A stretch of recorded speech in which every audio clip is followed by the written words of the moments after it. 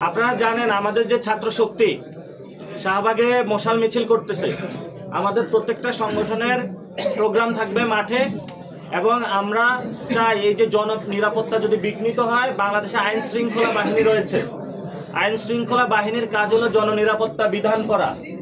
আমরা আমাদের রাজনৈতিক যে অবস্থান রয়েছে, কর্মসূচি রয়েছে সেটা পালন করব, কিন্তু আমাদের কাজ নিরাপত্তা বিধান করে না, এটা আইন শৃঙ্খলা বাহিনীকে করতে হবে। এবং এই সরকারের যদি নিরাপত্তা এখন না দিতে পারে তাহলে ফেব্রুয়ারিতে ইলেকশনটা কিভাবে হবে? সেই জন্য আমরা সরকারের কাছে আহ্বান জানাবো, আপনি নিরাপত্তা বিধান করুন। কিন্তু আপনারা দেখেছেন পুলিশের পোশাক পরিবর্তন হয়েছে, অর্থাৎ কিছু ট্রাস্টের জায়গায় আইন শৃঙ্খলা বাহিনীকে গড়ে তোলা হচ্ছে। আমরা আশা করব পুরো পুলিশ বাহিনীকে পুনর্গঠন করা হোক। র্যাব এবং অন্যান্য যে বাহিনী, আমরা তো র্যাবের কথা বিলুপ্ত হয়ে বলেছিলাম, যদি তারা সংস্কার প্রক্রিয়ার মধ্যে দিয়ে আসতে পারে আমরা মনে করি সুন্দর বাংলাদেশে আইন শৃঙ্খলা পাবো এবং আমাদের রাজপথে কর্মসূচি থাকবে। এবং আমরা সরকারকে আহ্বান জানাবো যে সরকার জনগণের কাছে আবেদন জানাতে পারে যাতে সমাজে যারা বিশৃঙ্খলা সৃষ্টি করে তারা কোনো উৎপাত না করতে পারে। কখনো তারা ডাকাত হয়ে আসে, কখনো তারা ককটেল সন্ত্রাস হয়ে হিসাবে আসে, কখনো তারা বাসে হলে আগুন সন্ত্রাস হয়ে হিসাবে আসে।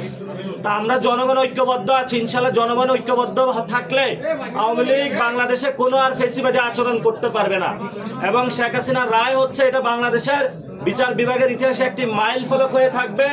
এবং বাংলাদেশে যে বিচার বিভাগ এখনো বিরাজমান আছে সেই প্রক্রিয়ার মধ্য দিয়ে আমরা যাচ্ছি। কিন্তু আমরা সাথে সাথে ভারত সরকারকে আহ্বান জানাবো যে আপনাদের এখানে বাংলাদেশে যে খুন করেছে, গুম করেছে খুনি হাসিনাকে আপনারা দ্রুত ফেরত দিন বাংলাদেশে।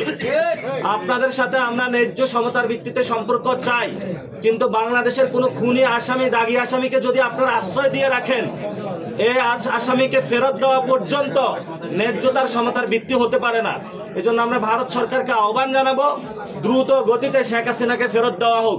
এবং আপনারা জানেন ইতিমধ্যে আমাদের যিনি খলিলুর রহমান স্যার, যিনি হলেন আমাদের সামরিক উপদেষ্টা রয়েছেন, উনি হলো আমাদের ইন্ডিয়াতে সফর করেছেন। আমরা সরকারকে আহ্বান জানাবো সেই সফরটা কি জন্য হয়েছে, কেন করেছেন, আমাদের একটা দোয়াশা তৈরি হয়েছে যাতে জাতির সামনে এটা স্পষ্ট করা হয়। এটা আমাদের জনগণ হিসাবে ওনাদের প্রেস ব্রিফিং করে জানানো, মানুষকে ব্যাখ্যা দেওয়া নৈতিক দায়িত্ব। কারণ আমরা ভারতকে দেখেছি যখনই নির্বাচন আসে তখনই ভারত এই নির্বাচনকে কেন্দ্র করে অস্থিতিশীলতা এবং সেই নির্বাচনে তারা হলো নিজেদের এজেন্ডা বাস্তবায়নের জন্য, ফেসিবাদী সিস্টেমকে টিকিয়ে রাখার জন্য তারা বারবার হস্তক্ষেপ করে।